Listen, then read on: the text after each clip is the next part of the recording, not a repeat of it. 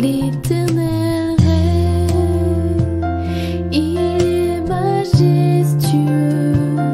L'Éternel règne, il est saint de force. L'Éternel règne, il est sur son trône pour la durée des temps. Alors, voilà, c'est toujours un plaisir de vous revoir. On est moins nombreux que d'habitude ce matin, mais bon, c'est pas le nombre qui compte, c'est la qualité. Ça ne veut pas dire que les autres ne sont pas de qualité, mais au moins on a une bonne... Ça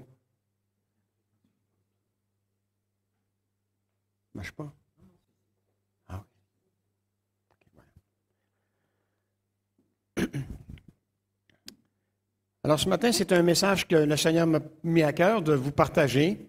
Le titre, c'est « Pourquoi les vrais croyants peuvent-ils se réjouir? » Pourquoi les vrais croyants peuvent se réjouir? Et le passage, c'est dans Romains chapitre 5, les versets 1 à 5 que nous allons voir ce matin. Et nous allons voir que dans les 5 premiers chapitres de l'Épître aux Romains, l'apôtre Paul va consacrer beaucoup de temps à expliquer le besoin de l'homme d'être sauvé. Il écrit que l'homme pécheur est pécheur, qu'il demeure sous la colère de Dieu, et qu'il n'y a rien de ce qui est associé à la religion, aux œuvres, à la loi ou à la pratique de différents rites religieux qui peuvent apporter le salut à l'homme. Il écrit aussi que nous dépendons entièrement de la foi pour établir une relation juste avec Dieu et que nos bonnes actions ne font aucune différence dans le salut des âmes, ou dans le salut de nos âmes, devrais-je dire, mais que c'est plutôt le fait de connaître celui qui sauve et qui s'appelle Jésus, celui qui a le Fils, nous dit l'apôtre Jean, celui qui a le Fils a la vie, celui qui n'a pas le Fils de Dieu n'a pas la vie.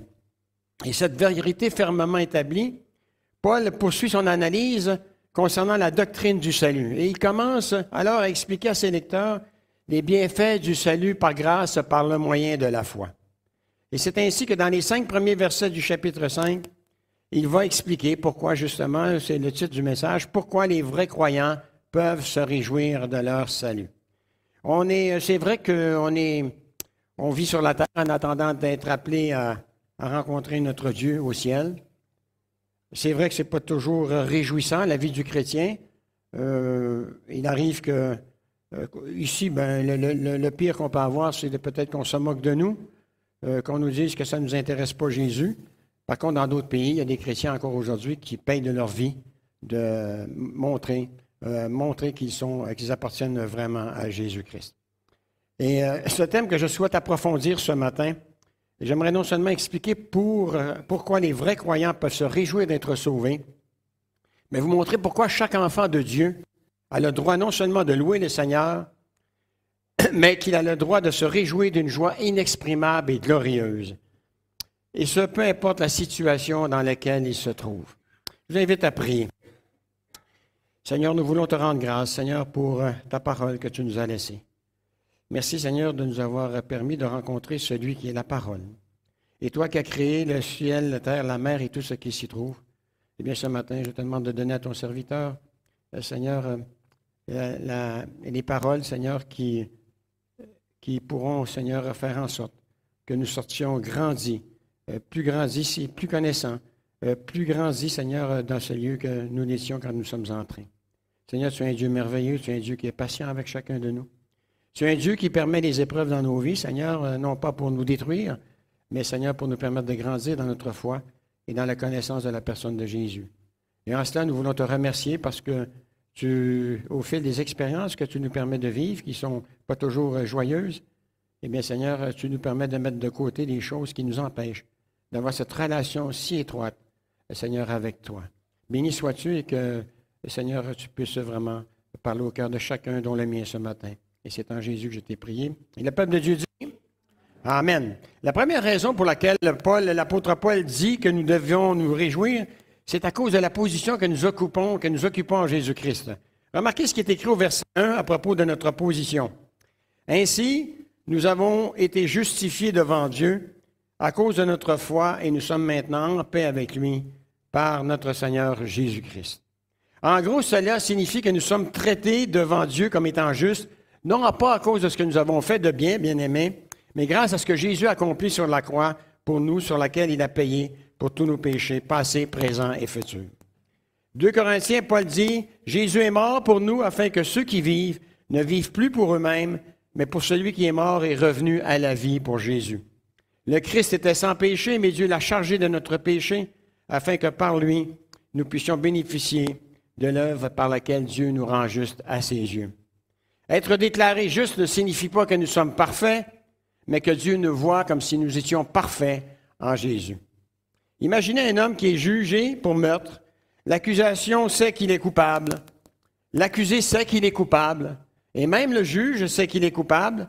Mais les membres du jury le déclarent non coupable. Mais quand j'étais policier, c'était toujours, en fait, ce que les avocats cherchaient quand c'était grave et qu'ils savaient qu'il n'y avait pas moyen que son client s'en sorte.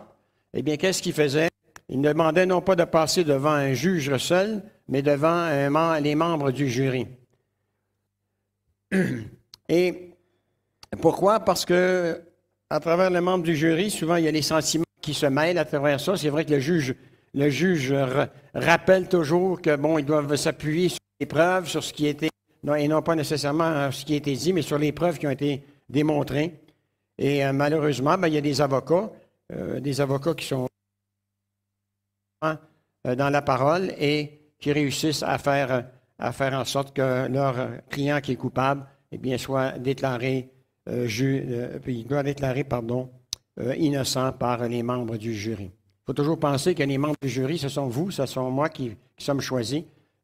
Et puis, on ne connaît pas tellement le droit, donc c'est facile des fois, surtout avec le président du jury, d'être, voire même manipulé en fonction de ce que le président du jury pense, et finalement, de prendre une direction où le coupable va être déclaré innocent.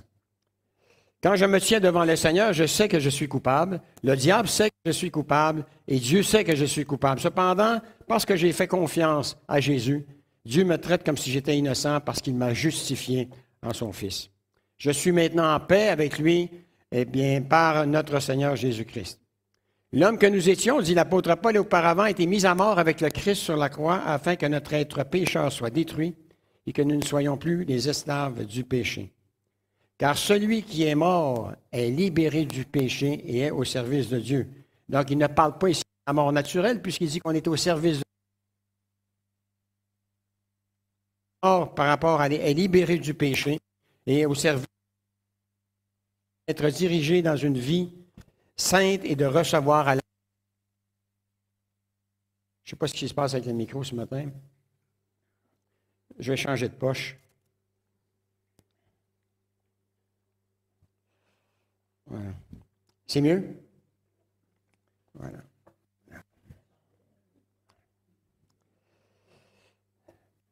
Lorsque cette vérité vient habiter au plus profond de nous-mêmes, bien-aimés, elle nous change à jamais.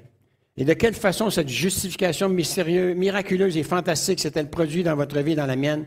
C'est uniquement par la foi. Nous ne l'avons pas gagnée et nous n'avons surtout rien fait pour la mériter. Tout ce que nous avons fait, c'est de prendre Dieu au mot concernant la personne et l'œuvre accomplie par le Seigneur Jésus-Christ sur la croix, et Dieu nous a justifiés par la foi. Et je suis reconnaissant que le salut soit le produit de la foi seul, car s'il dépendait de ma capacité à performer pour plaire à Dieu, je serais perdu à tout jamais. Si Dieu avait exigé que je tienne une liste de règles de façon très stricte, je serais perdu. S'il avait exigé que je prouve que je suis une bonne personne, je serais perdu. Dieu merci que tout cela s'accomplit par la foi. Vous dites amen à ça. C'est important, bien-aimé. Et il est facile. En réalité, c'est Dieu qui peut voir, qui vit dans les cœurs, et c'est Dieu qui peut savoir si une personne est vraiment née de nouveau. On sait bien que le baptême ne sauve pas. Hein? Le baptême ne sauve pas. On ne se fait pas baptiser pour être sauvé, on se fait baptiser parce qu'on est sauvé. Et souvent, la personne religieuse dans l'Église, elle peut accomplir des œuvres extraordinaires, elle peut même faire mieux que quelqu'un qui est né de nouveau. Et c'est Dieu qui connaît les motifs, parce que c'est Dieu qui lit au cœur. Et c'est pour ça que la nouvelle naissance, c'est quelque chose d'important. C'est pas nous qui allons faire des choses pour Dieu, mais c'est Dieu à travers nous qui va faire des choses pour l'avancement de son royaume, pour le bénéfice de ceux qui ont vraiment cru en lui. Examinons maintenant ce que le salut nous apporte en tant que chrétiens. Premièrement, dans la deuxième partie du verset 1 et du verset 2 du chapitre 5 de l'Évangile, de l'Épître aux Romains, l'apôtre Paul énumère certains des avantages que nous avons lorsque nous sommes considérés comme étant justes par le Seigneur. Certaines choses, nous appartiennent et sont très précieuses. Elles ne devraient jamais être considérées comme acquises, mais nous devrions méditer sur elles et leur permettre d'être les initiatrices de la joie que nous avons dans le Seigneur.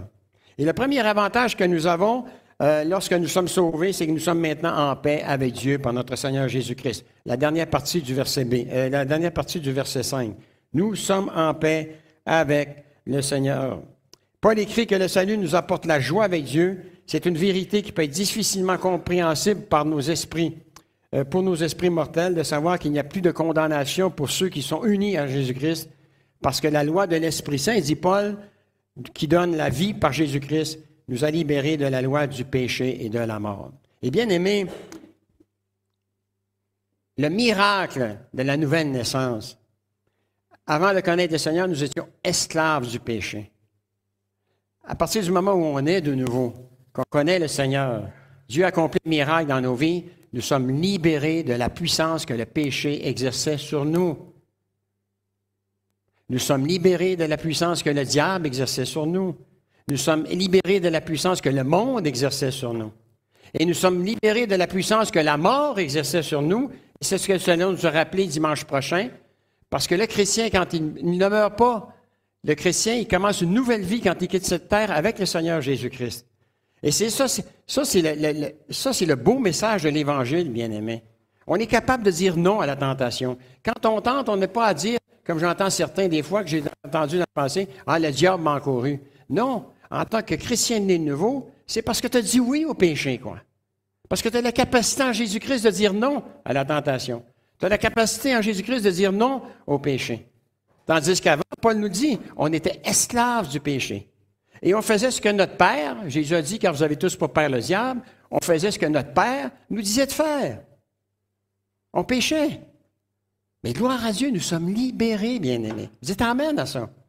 Et si vous êtes esclave d'un péché ce matin, eh bien, venez devant le trône de la grâce de Dieu, confessez ce péché à Jésus en lui disant, écoute, je viens de comprendre que finalement, j'ai écouté finalement la voix du diable, mais qu'en Jésus-Christ, je suis libéré de ce qui me tient esclave et qui m'empêche d'avoir pleinement la joie avec toi, Seigneur. Alors, et Dieu va vous délivrer. Si vous êtes né de nouveau, Dieu va vous délivrer.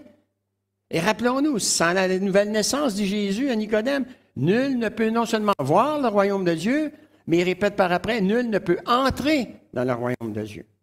Alors, si vous vous êtes repenti, vous n'avez pas à douter de votre salut. Le salut, Dieu ne vous l'enlèvera pas, le salut. C'est à vous, c'est gagné pour l'éternité. Mais par contre, la repentance est essentielle au salut. Actes chapitre 3, verset 19, un des premiers messages évangéliques prêchés par Pierre, repentez-vous et convertissez-vous pour que vos péchés soient effacés. S'il n'y a pas de repentance, il n'y a pas d'effacement des péchés, il n'y a pas de pardon des péchés, bien-aimés. Et je pense dans la première épître de Corinthiens, chapitre 7, verset 10, Paul nous parle qu'il y a deux sortes de repentance. Une qui sauve et une qui mène à la mort.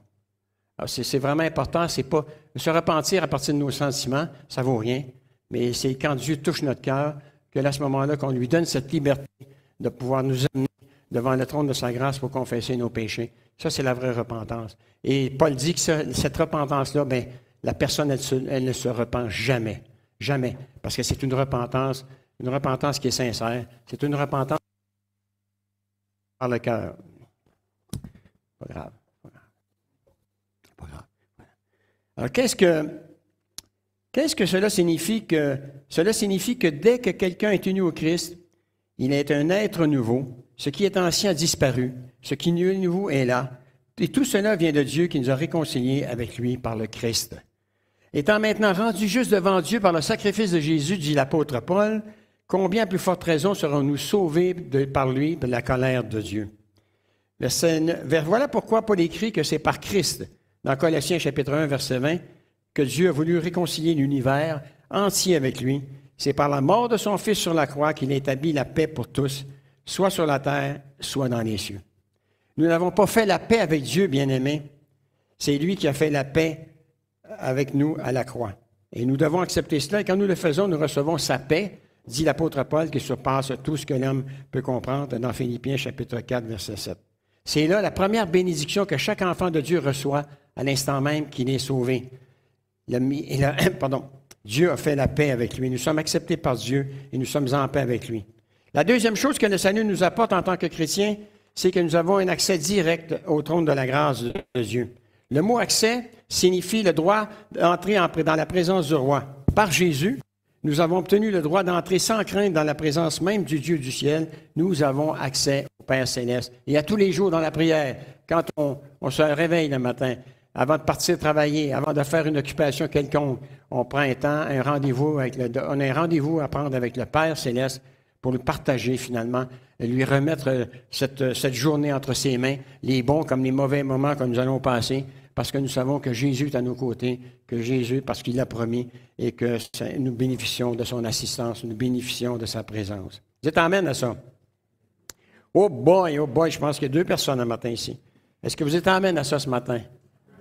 C'est pas encore assez fort, hein? C'est pas encore assez fort, hein? OK, ça va. Hein? Encore une fois? Ah, maintenant, je vais tester les 2 côtés. Ici. Amen. Merci, Dominique. Ici? Ah, gloire à Dieu, gloire à Dieu.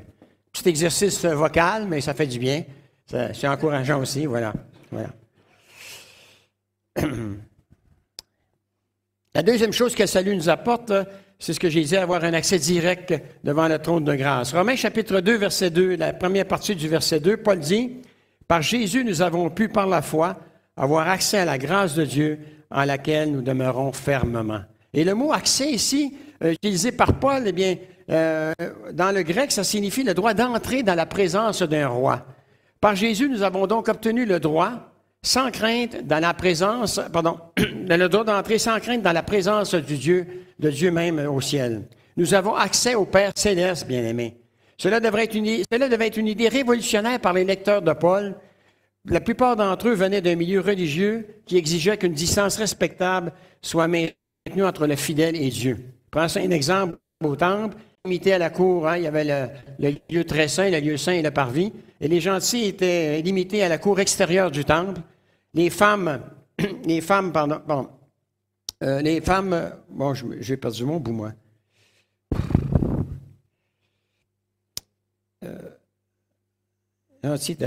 S'ils allaient plus loin, ils pouvaient être exécutés. Quant aux femmes, elles étaient limitées à la cour des femmes. Ensuite, il y avait le lieu saint où seuls les prêtres pouvaient exercer leur ministère. Et au-delà du lieu saint, eh bien, il y avait le grand prêtre qui était autorisé une fois par année à entrer dans cette pièce, et ce, le jour des expiations. Et il ne pouvait pas entrer si finalement il n'était pas en règle avec le Seigneur.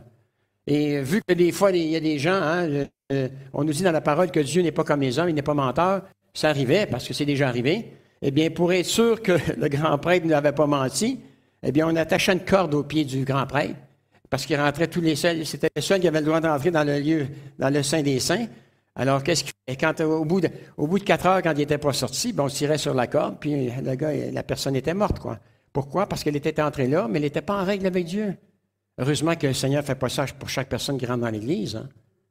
Vous en pensez, bien-aimés? Hein? S'il fallait qu'il nous attache avec une corde pour savoir si vraiment on est en règle avec lui, quand on rentre le dimanche, si on a une relation étroite et intime avec lui, s'il est le premier, non pas le dernier dans nos occupations, dans nos préoccupations. Heureusement que tout fonctionne par grâce, que Dieu, ces choses-là, ces habitudes-là, Dieu a mis ça de côté. De plus, eh bien, le grand prêtre ne pouvait pas y entrer s'il n'apportait pas avec lui le sang d'une bête innocente qui avait été sacrifiée. Et le message était clair comme de l'eau de roche, c'était « gardez vos distances ». Et le message de Paul, c'est que par Jésus, nous avons plein accès au Père céleste grâce au sacrifice accompli par Jésus à la croix. Et nous sommes aussi invités à garder nos distances par rapport au péché. Un jour, un petit garçon se tenait devant la grille du palais de Buckingham, à Londres. Il voulait parler au roi, mais les gardes le repoussèrent sévèrement.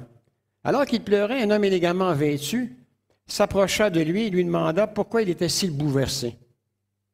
Le petit garçon raconta son histoire à l'homme, et après avoir entendu la raison des larmes du petit garçon, il lui dit en souriant « Prends-moi la main, fiston, Je vais te faire entrer à l'intérieur, moi. Ne fais pas attention à ces soldats. Le petit garçon prit la main de l'étranger et ensemble, ils s'approchèrent de la grille.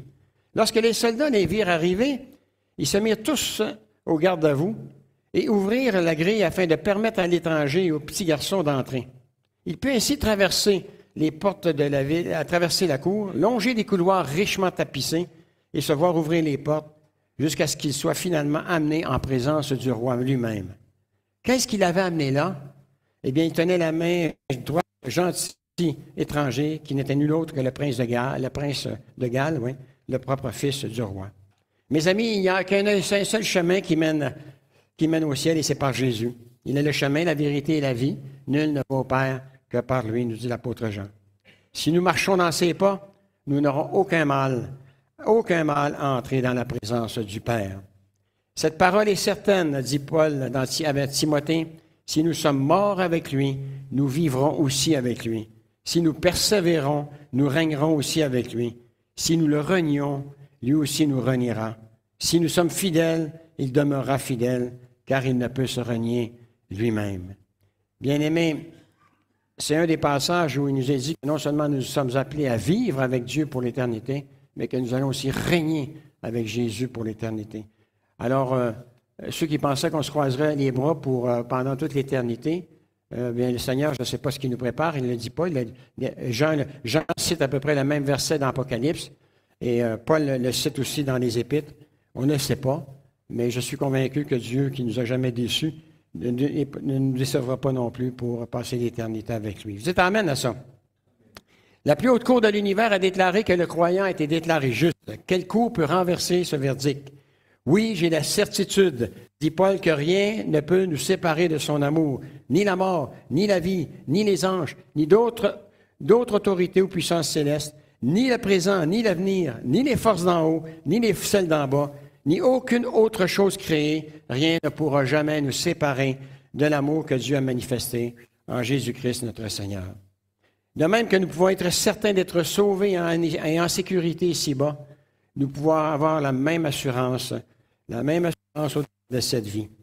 La sécurité éternelle s'étend au-delà même de la mort, car ceux que Dieu a choisis d'avance, dit Paul, il a aussi choisi d'avance ou décidé d'avance de les rendre semblables à son Fils, afin qu'il soit l'aîné d'un grand nombre de frères. Ceux pour qui Dieu a pris d'avance cette décision, il les a aussi appelés, ceux qui les a appelés, il les a aussi rendus justes devant lui. Ceux qu'il a rendus justes, il leur a aussi donné part à sa gloire. Ces versets montrent clairement que notre sécurité a déjà été planifiée par Dieu. C'est pourquoi nous pouvons dire ce matin que nous sommes aussi certains d'aller au ciel que si nous y étions déjà depuis 10 000 ans. Maintenant, nous sommes sauvés en sécurité, c'est vrai, cependant, nous vivons actuellement dans un monde d'épreuves et de tribulations. Examinons maintenant les grands privilèges qui sont accordés à ceux et à celles qui appartiennent à Jésus-Christ. Premièrement, c'est que nous pouvons nous réjouir malgré les difficultés. Bien plus, nous nous réjouissons même dans nos détresses, dit Paul, sachant que l'affliction, c'est le verset 5, sachant que l'affliction, c'est-à-dire la détresse, produit la patience ou la persévérance dans d'autres versions. Paul dit que le chrétien peut se réjouir dans les mauvais moments de la vie, et ce à cause du petit verbe qu'il utilise au verset 5, sachant. Lorsque les épreuves de la vie s'abattent sur lui, le vrai croyant sait que Dieu est en train d'accomplir sa volonté parfaite dans sa vie. Vous savez, en tant qu'être humain, quand il nous arrive une épreuve dans la vie, on est porté à déprimer, on est porté des fois à être découragé et se dire, ben oui, mais pourquoi Dieu fait ça? C'est pour tester la valeur de notre foi, bien-aimés. C'est uniquement pour tester la valeur de notre foi. Je dis uniquement, mais en même temps, c'est que ça va nous faire grandir. Ça nous permet de voir où on en est rendu dans notre foi et ça nous permet de grandir aussi par rapport à la personne de Jésus-Christ. C'est ce qui nous empêche finalement de sombrer dans le découragement avec mon épouse par rapport à son cancer. On se dit que on va quand même sortir gagnant. Peu importe ce qui arrive, on va sortir gagnant de cette maladie-là. Ça nous fortifie tous les deux. Ça nous rapproche davantage tous les deux. Et on sait une chose, c'est que la médecine soulage, mais c'est Dieu qui guérit, bien-aimé. Et c'est la volonté de Dieu qui va s'accomplir dans cette maladie-là. Mais en même temps, on sait que Dieu est en contrôle de toutes choses. Que si Dieu l'a permis, c'est pas pour détruire notre foi, c'est pas pour nous affaiblir spirituellement, c'est pour nous faire grandir spirituellement. C'est pour nous rapprocher encore davantage de lui, pour qu'on mette encore davantage notre confiance en lui, parce qu'il est en contrôle de toutes choses, bien-aimé. Et si Dieu a décidé de rappeler mon épouse, ben c'était son temps, bien-aimé. Je suis qui pour commencer à contester, moi, ou à commencer à critiquer que les médecins n'auraient peut-être pas pris la bonne formule, ils n'auraient pas donné la bonne prescription, le bon traitement. Mais Dieu est en contrôle de toutes choses. Ce qui se passe dans le monde, bien-aimé, j'en ai rien à cirer de ce que les grands de ce monde sont en train de planifier. Dieu est en contrôle de toutes choses et ils sont en train, sans le savoir, de faire exactement, d'accomplir exactement la volonté de Dieu, bien-aimé. Et vous savez ce qui me réjouit? Il a dit qu'à un moment donné, il arriverait sur la terre une terreur comme jamais, jamais il est arrivé. Les gens vont avoir une peur incroyable. On ne verrait pas aucune issue pour s'en sortir. Mais Dieu dit, à cause des élus, je ne permettrai pas que le monde disparaisse par la main des hommes. Bien-aimés, vous faites partie des élus. À cause de vous, encore une fois, dans sa compassion, Dieu ne permettra pas que des diaboliques détruisent la terre, détruisent ce que Dieu a créé. Bien-aimés, moi, le soir, je suis capable de dormir en paix. Je me dis, il n'y a rien qui va se passer sans que Dieu le permette. Et ça, c'est important pour nous. Ça, c'est encourageant pour nous. Ça nous évite de tomber dans le même langage que les gens du monde, bien-aimés. Moi, si j'étais quelqu'un du monde, j'aurais de la difficulté à dormir. Qui dit que quand tu vas dormir, il n'y a pas une bombe qui va te tomber sur la tête? Rien. Tu t'en vas où pour l'éternité? Nous, on le sait, mais ils ne le savent pas. Bien-aimés, on doit rester dans la joie, même si tout ce qui se passe, c'est désolant. Après cette vie, il y a une autre vie, bien-aimés, pour vous. Dieu a planifié quelque chose de béni pour vous, bien-aimés. Et on doit vivre en fonction de ça. On ne doit plus vivre en fonction de ce qui est à l'horizontale. On doit vivre en fonction de vertical, bien-aimés. Jésus-Christ revient de là-haut. Jésus-Christ revient bientôt. Est-ce que vous avez cette certitude, bien-aimés? On est peut-être la dernière Église sur la terre qui va connaître l'enlèvement. Alors que chaque génération de chrétiens, depuis la première Église, Paul en son époque, il croyait que il serait enlevé, hein? Dans Thessaloniciens, il dit, nous qui serons encore vivants. Alors, bien, Paul est mort, ça fait longtemps, hein? Voilà. Mais ce qui est béni à travers le Seigneur, avec le Seigneur, c'est que l'enlèvement ou la venue de Jésus, on dirait qu'à chaque génération de chrétiens, Dieu permet toujours un petit signe pour qu'on puisse continuer à marcher dans l'encouragement, vous dire, hey, peut-être qu'il va arriver cette semaine, peut-être qu'il va arriver cette année, peut-être qu'il va arriver pendant le temps que je suis vivant. Mais bien aimé, la décision, elle ne repose pas sur nous, sur notre espérance, elle repose sur Dieu, parce que c'est lui qui prend la décision. C'est lui qui connaît le moment parfait, bien aimé. Alors, continuons à marcher en nouveauté de vie, continuons à marcher par la foi, parce que par la vue, c'est décourageant. Par la vue, mais par la foi, c'est encourageant, parce que les promesses de Dieu, les promesses que Dieu nous a faites, elles sont sûres et certaines. Vous êtes amène à ça. Hein? Dieu ne s'est jamais renié, bien-aimé. Toutes les promesses qu'il a faites, la plupart se sont accomplies. Il en reste encore quelques-unes. Mais peu importe ce que les hommes planifient, ils ne feront jamais rien sans le consentement de Dieu. Gloire à Dieu pour cela, bien-aimé. Et nous faisons partie de sa famille. Nous faisons partie de son armée. Nous faisons partie de son royaume, bien-aimé. Vous êtes amène à ça. Aïe, aïe, aïe, aïe, aïe, aïe. Quel amène encourageant vous venez de me lancer là, bien-aimé. Vous êtes un amène à ça. Oui, hein? Oui. Vous savez, des fois, ce qui me rend triste, je n'aurai pas le temps de pas le finir, on a commencé en retard, vers 11h15. Quand on demande de prendre un temps de louange, bien-aimé, c'est simplement de partager au peuple de Dieu qui est dans la place ici, les bénédictions qu'on a reçues du Seigneur, les encouragements qu'on a reçus du Seigneur pendant la semaine. Et moi, ça m'attriste des fois quand je vois 2 ou 3 personnes seulement qui se limitent à louer, à adorer le Seigneur pendant le culte. On a tellement de choses à partager ensemble, bien-aimés. Tellement de choses qu'on devrait ne pas se gêner pour prendre le micro et le partager au peuple de Dieu. Il y a des gens dans l'assistance qui ont besoin d'être encouragés, bien-aimés. On ne connaît pas ce que les gens vivent dans leur cœur. Et il y a des gens qui ont besoin d'être encouragés. Et vous ignorez, mais vous ignorez jusqu'à quel point votre prière d'adoration, votre prière de louange peut amener un baume de fraîcheur dans le cœur d'une sœur ou d'un frère qui vit quelque chose de difficile aujourd'hui et qui s'est quand même rendu à l'Église pour participer au culte avec le corps de Christ. Vous ne savez jamais, vous n'êtes pas capable de lire dans le secret des cœurs, mais Dieu, lui, le sait. Et si Dieu a permis que cette personne-là vienne à l'Église ce matin, c'est pas juste pour entendre juste un message qui pourrait être déprimant pour elle, mais l'encouragement à travers les paroles, les prières qui montent devant le trône de la grâce de Dieu par une sœur, par un frère. Alors, on devrait prendre l'habitude de dire, Seigneur, je n'ai pas grand-chose à dire, je ne sais pas ce que j'ai à dire, mais prenez le micro.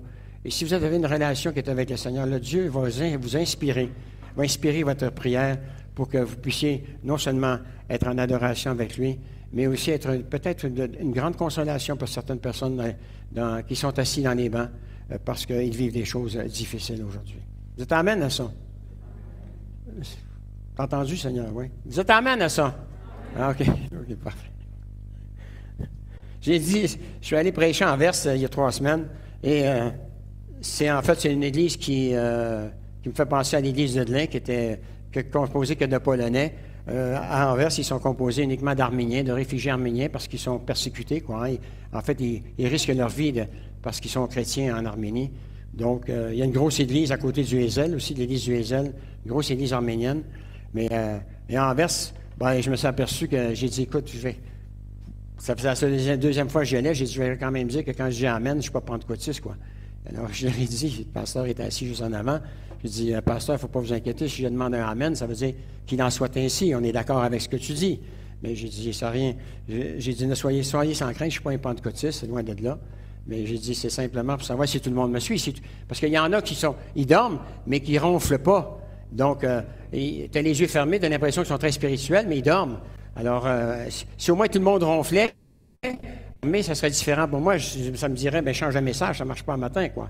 Mais c'est ce que le message m'a permis de vous partager ce matin. Donc, vu que vous avez tous les yeux ouverts, mais que vous avez quand même la bouche fermée, je vais me consoler de ça ce matin. Je ne leur demanderai pas de dire, peut-être je vais l'oublier, peut-être que je vais leur demander, on verra. Voilà. Alors, nous sommes sauvés en sécurité, cependant, nous vivons actuellement dans un monde d'épreuves et de tribulations. Et je vais regarder rapidement certains points. En tout cas, dans le verset 3, la première partie du verset 3 de Romains chapitre 5, Paul dit, bien plus, nous nous réjouissons même dans nos détresses. Hey, c'est un grand malade, ce Paul, hein? C'est un grand malade, quoi. Mais qu'est-ce qu'il fait? Est-ce qu'on n'a même pas vécu le 1/100 de ce qu'il a vécu, bien-aimé? Et il dit, réjouissez-vous dans vos détresses. Hey! Avez-vous une raison de vous réjouir dans vos détresses? Y a-t-il quelqu'un qui peut s'élever debout ce matin et me dire, oui, moi, quand je suis dans la détresse, moi, je me réjouis. Hey, Paul n'a pas été épargné, hein? Il n'est pas monté au ciel dans une vision ou en présence pour rien, hein? Le Seigneur savait quel ministère qu'il allait lui donner. Il savait qu'il serait lapidé, il savait qu'il serait battu, il savait qu'il passerait une nuit entière dans l'eau, il savait qu'il serait rejeté par son peuple. Il savait ce que Paul devait supporter pour l'encourager, et il a montré une partie de ce qui nous attendait. Et il a dit à Paul, par contre, Motus et Motus Pousus, tu gardes ça pour toi. C'est dans Tintin, ça, non, Philippe? Motus et Motus? OK, merci. Bien plus, nous nous réjouissons même dans nos détresses, sachant que l'affliction produit la patience. Voilà un des fruits de l'esprit, bien-aimé. Paul dit que le chrétien peut se réjouir dans les mauvais moments de la vie, et ça à cause de... faut pas que je retourne en arrière. Okay. Nous savons du reste que toute chose concourt au bien de ceux qui aiment Dieu, de ceux qui sont appelés selon son plan. C'est ainsi que nous pourrons nous réjouir dans les difficultés si nous nous souvenons que chaque épreuve que Dieu permet dans nos vies est une bénédiction provenant de la main même de Dieu. Et ce, parce qu'il a aussi décidé d'avance de nous rendre semblables à son Fils Jésus-Christ. Bien-aimés, n'oublions jamais que le but de Dieu, c'est de nous amener à nous rendre semblables à Jésus-Christ, parce que c'est la seule façon qu'il peut se glorifier, qu'il peut manifester sa gloire à travers ceux qui ont proclamé le beau nom de Jésus-Christ pour leur salut, bien-aimés. La gloire de Dieu. C'est 3 choses, la gloire de Dieu. C'est d'abord la présence de Dieu. Quand Dieu descend dans la tente de la rencontre, on dit que personne ne pouvait rentrer parce que la gloire de Dieu venait de s'installer. Ça, c'est la présence de Dieu. La deuxième, c'est la présence de Dieu. Dieu est présent. Dieu est présent dans la tente. La troisième, c'est la puissance de Dieu. Ça se réalise par des miracles. Aux noces de Cana, quand Jésus a changé l'eau en vin, il est écrit que pour la première fois à Cana, Jésus manifesta la gloire de Dieu. Miracle, bien aimé. Dieu va accomplir des miracles dans vos vies. Et le plus beau miracle, c'est pas de rallonger des bras, des jambes, mais c'est surtout d'amener des gens de passer de la mort spirituelle à une nouvelle vie spirituelle en Jésus-Christ. D'ajouter à son Église, bien-aimés. Et ce n'est pas nous qui le faisons, c'est lui qui le fait à travers nous, bien-aimés. Nous sommes des simples serviteurs. Et quand on a terminé, bien, qu'est-ce qu'on dit? Vas-y, mon frère. Amen. Amen.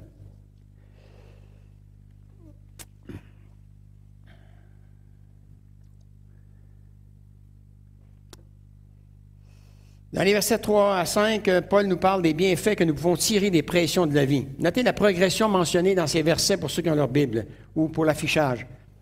Oui, malgré nos difficultés et nos détresses, nous triomphons car nous savons qu'elles contribuent à notre bien.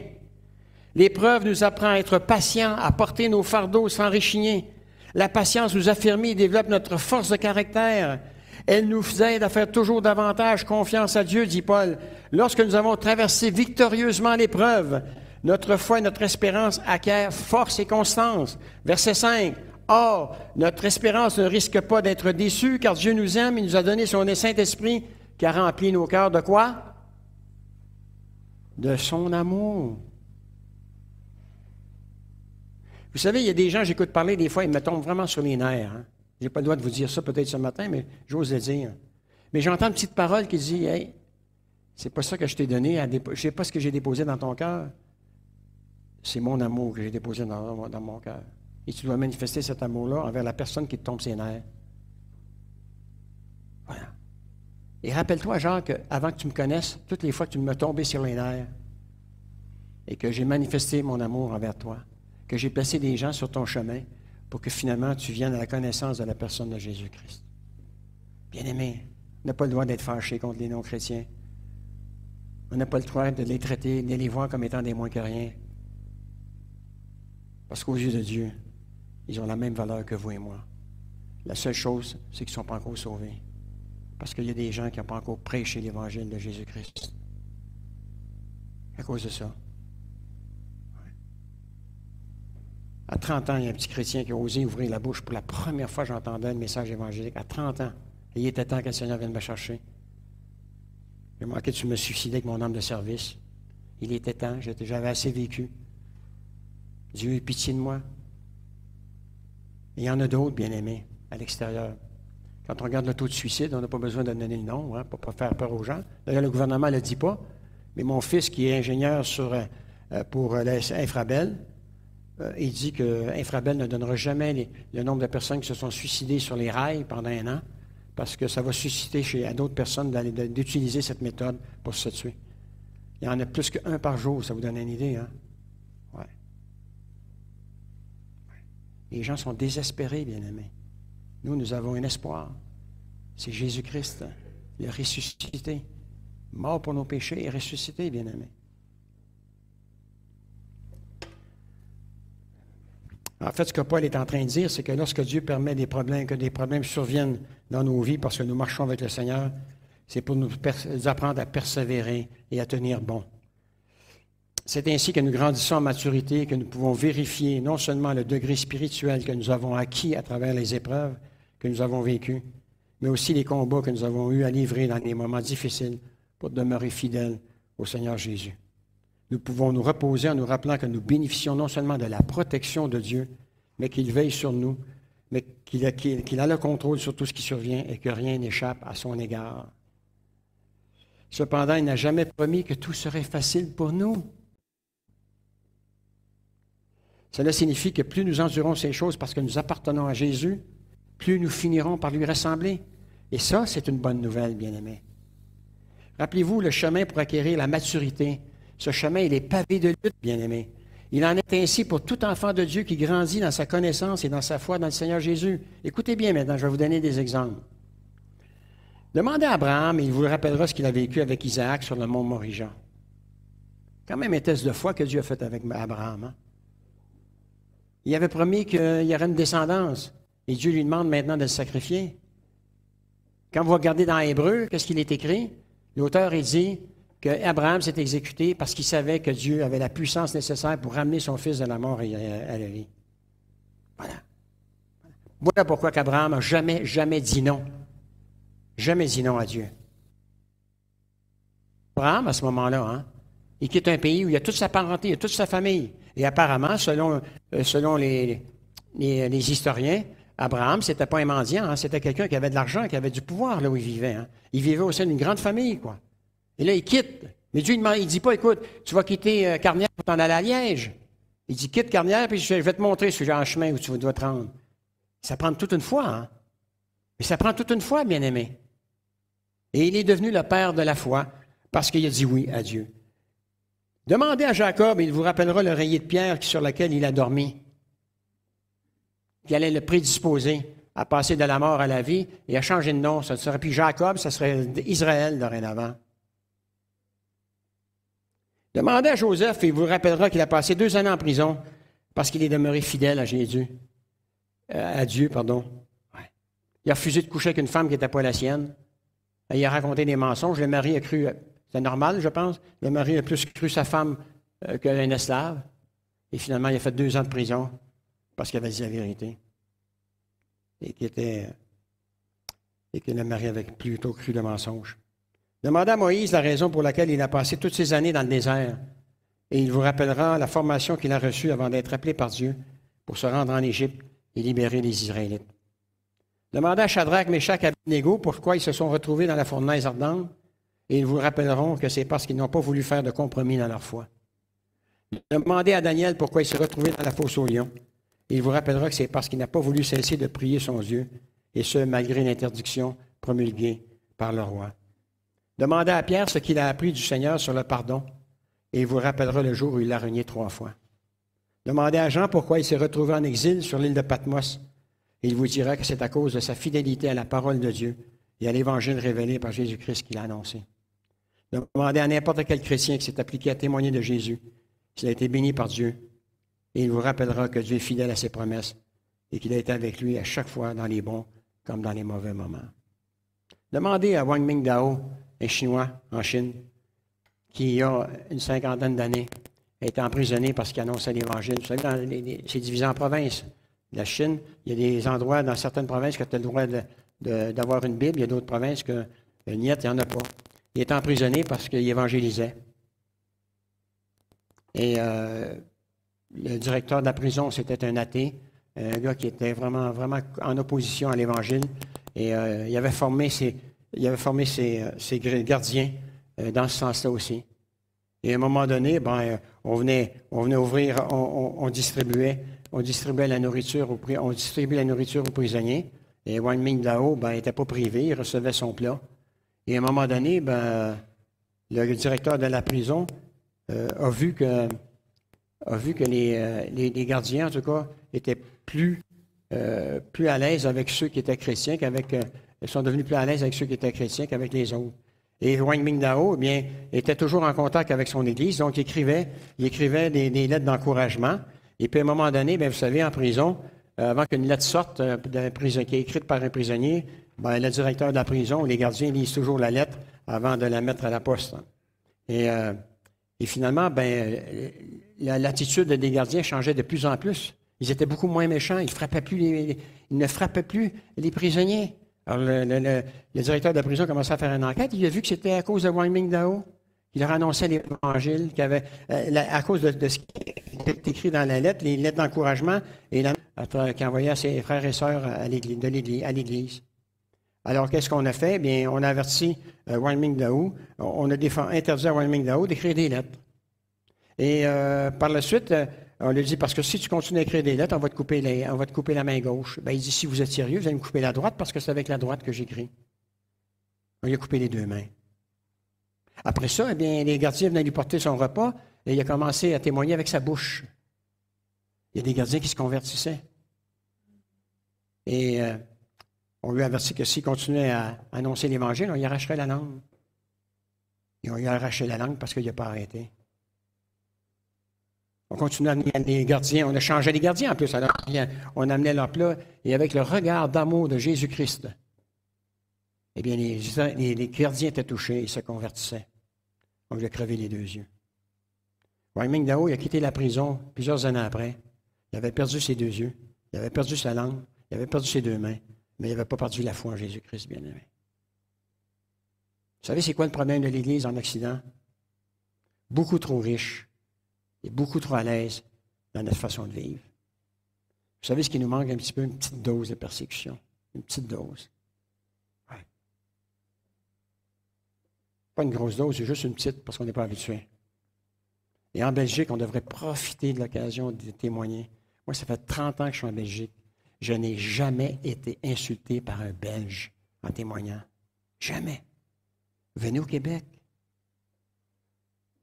Coup de pied dans le derrière, des tapes dans la figure. On te pousse, on te bouscule, on déchire tes tracts. On t'arrache ton sac. Le Belge, il est ben trop poli, bien aimé. Il est trop poli. J'ai appris à connaître le Belge. Hein. Il t'écoute et il te donne le signal d'alarme. Hein. S'il ne te pose pas de questions, tu dis, ah, lui, il m'écoute, puis il a hâte que j'aille fini. Quand j'aurai fini, il va dire, non, merci, j'en ai pas besoin. Je le respecte, quoi. Je le respecte. On n'est pas là pour assommer les gens avec une Bible, quoi. Mais il y a une façon aussi de parler aux gens, de les approcher aussi. T'arrives pas.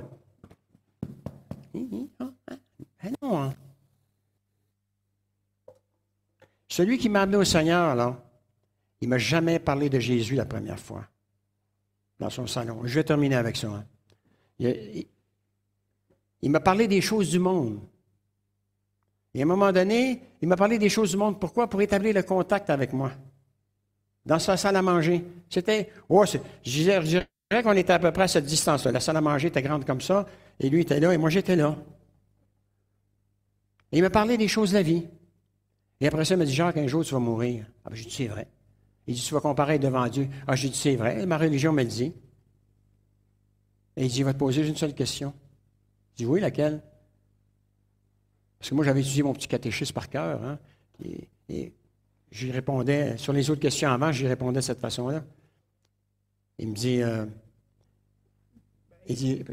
tout le temps que tu as été sur la terre, qu'as-tu fait de mon fils Jésus-Christ?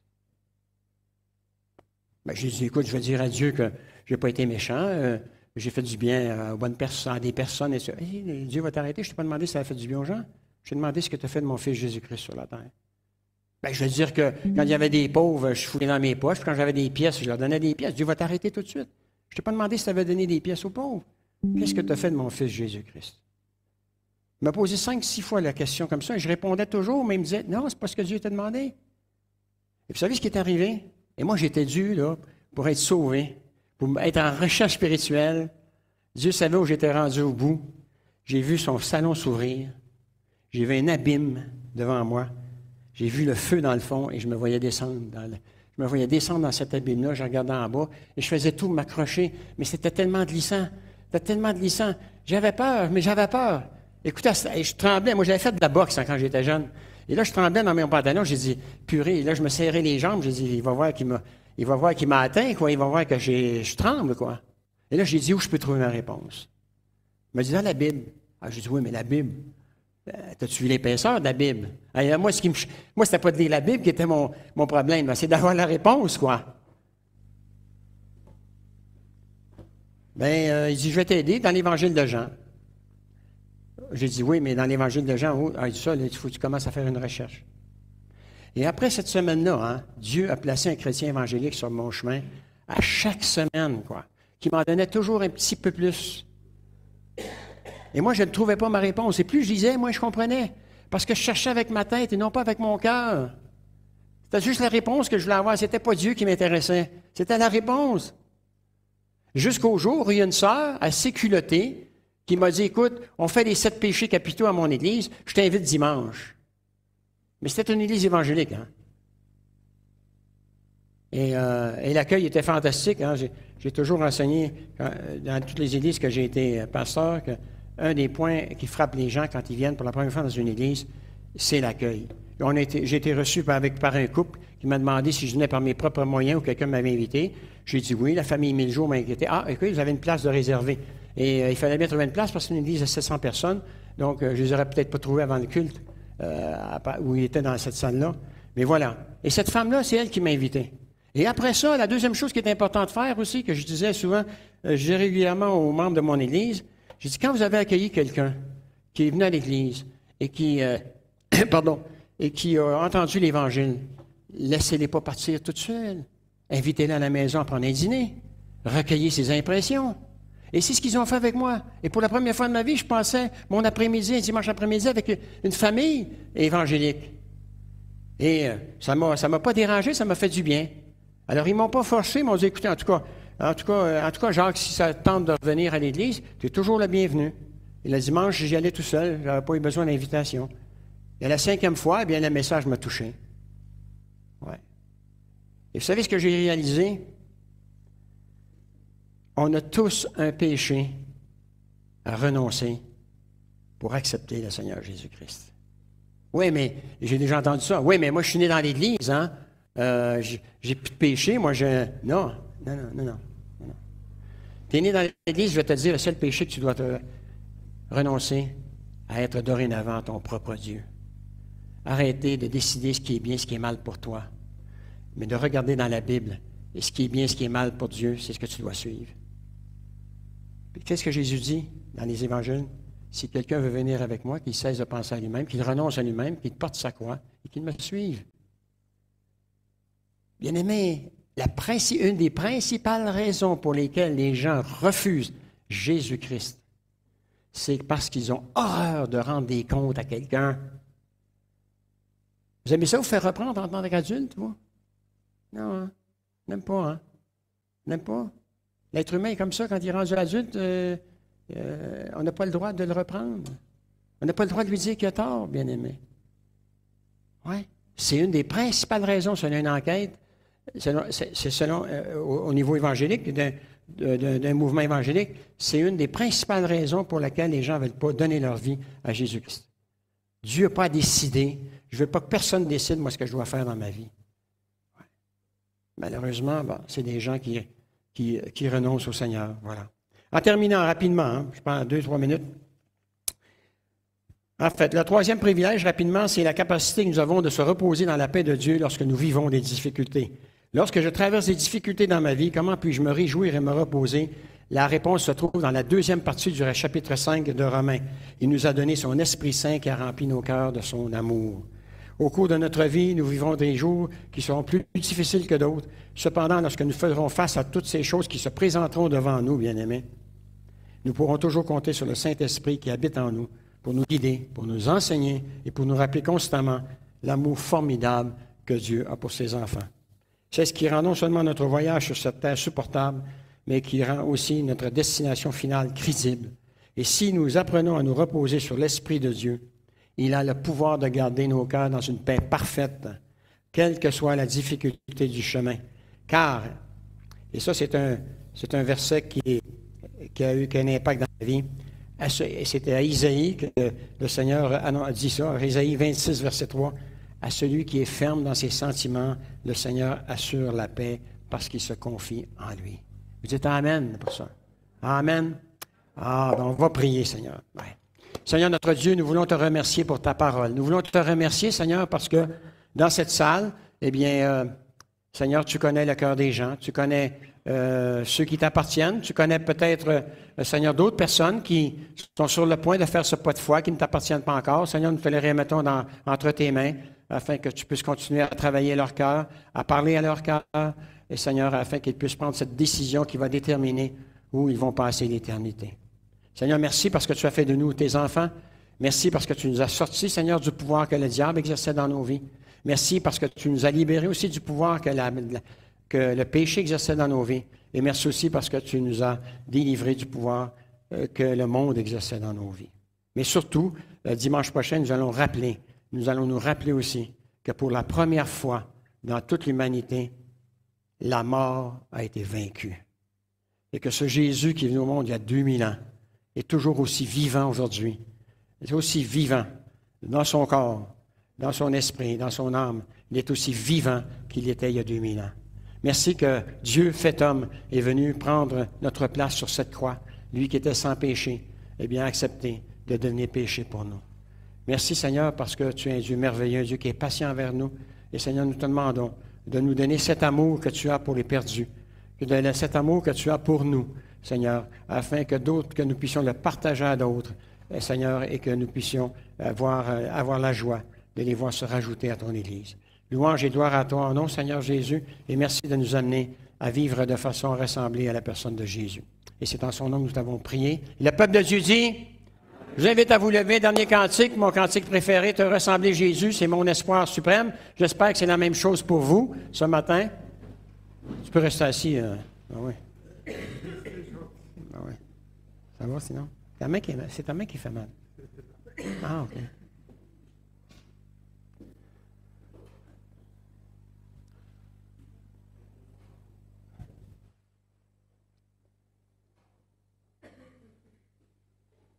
On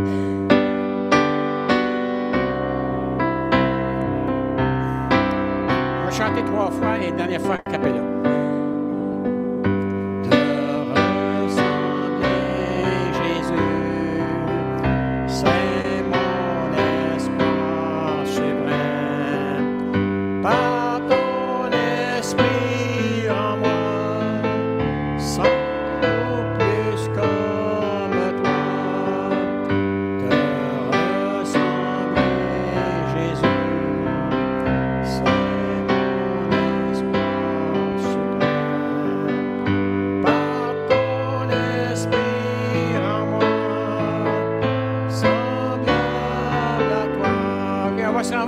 On va se prendre par la main, terminer avec ça. Allez, on va se rendre.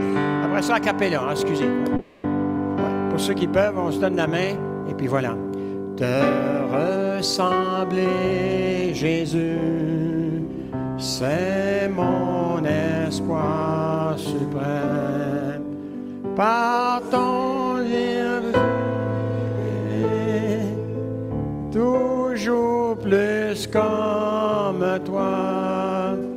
Te ressembler, Jésus, c'est mon espoir suprême. Par mon esprit à moi, semblable